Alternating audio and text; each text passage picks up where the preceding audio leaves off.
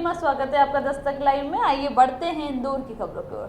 Corona से लड़ते लड़ते करीब 2 साल का समय बीत गया है। ऐसे में अब जब संभावित तीसरी लहर की बात सामने आई तो शहर के सरकारी और निजी अस्पतालों में शासन के दिशा निर्देश के बाद इंतजाम किए गए और इसी के चलते कुछ खास व्यवस्थाओं का चाचा नेहरू अस्पताल में किया गया। और इस बीमारी से आगे किस तरह से बचाव किया जा सकता है, इसको लेकर अध्यक्ष डॉक्टर हेमंत जैन ने सावधानियां और अस्पताल में इंतजाम को लेकर बातचीत की। संभावित कोरोना की तीसरी लहर के चलते चाचा नेहरू अस्पताल में 100 पलंग कोविड मरीजों के इलाज के लिए रखे गए हैं, जिसमें नवजात से लगाकर 14 साल तक के बच्चों को रखने की बात अध्यक्ष डॉक्टर हेमंत जैन ने कहा।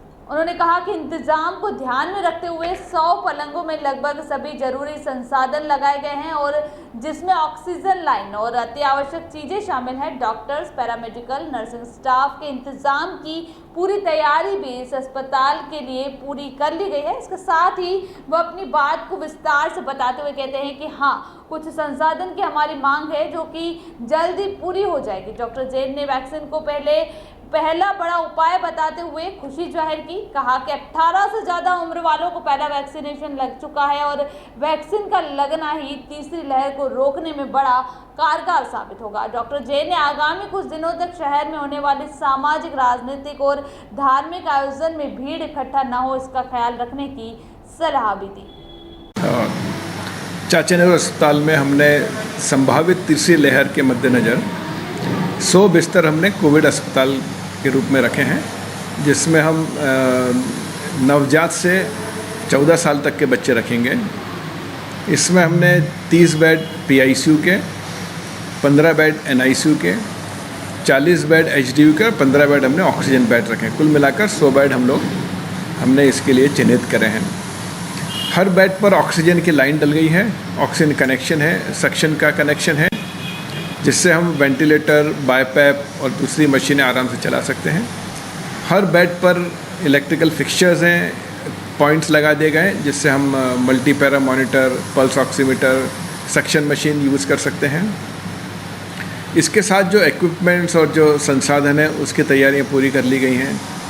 अगले 1-2 सप्ताह में हमारे पास वेंटिलेटर और वेंटिलेटर हमने मांगे हैं, पल्स ऑक्सीमीटर वगैरह जितने भी दूसरे इक्विपमेंट्स हैं वो हमें मिल जाएंगे। यह हमें भोपाल से मिल रहे हैं। और जो हमें जन संसाधन के लिए हमने जो कुछ doctors, nurses, paramedical staff, guard, cleaners वगैरह मांगे हैं वो भी मिल जाएंगे हमें। और ये बड़ी खुशी की बात है कि इंदौर शहर में 90% ऑफ द पॉपुलेशन जो 18 साल से ऊपर की है उसको एक वैक्सीन तो कम से कम लग ही चुका है। दूसरे वैक्सीन के लोग राह देख रहे हैं जो 3 महीने बाद लगती है। तो एक वैक्सीनेशन एक बहुत बड़ा उपाय है जिससे हम तीसरी लहर को रोकने में सक्षम हो सकेंगे। दूसरी चीज़, जिनको वैक्सीन लग चुकी है उनको भी ये नहीं सोचना है कि उनको इन्फेक्शन नहीं हो सकते। इन्फेक्शन होगा, एसिम्प्टोमेटिक रहेंगे, माइल्डली अफेक्टेड रहेंगे, पर उनको भी ये जो सोशल डिस्टेंसिंग, मास्क और सैनिटाइज़र, ये तीनों उपाय उनको कभी भूलना नहीं चाहिए।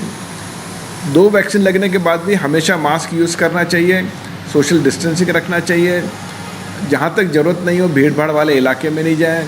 अगर ज़रूरत हो भी तो पूरा मास्क को यूज़ करें और अपने बच्चे जो 5 साल से बड़े बच्चे हैं उनको भी एक सही ढंग से मास्क पहनाना सिखाएं। बाहर निकले तो उन बच्चों को भी मास्क पहनाना ज़रूरी है। और बार बार हैंड सैनिटाइजेशन बहुत ज़रूरी है। या तो साबुन से हाथ धोएं 20 सेकंड तक, या हैंड सैनिटाइज़र 20 सेकंड तक यूज़ करें। सर, इंदौर को देखिए, जब भी वेव आती है और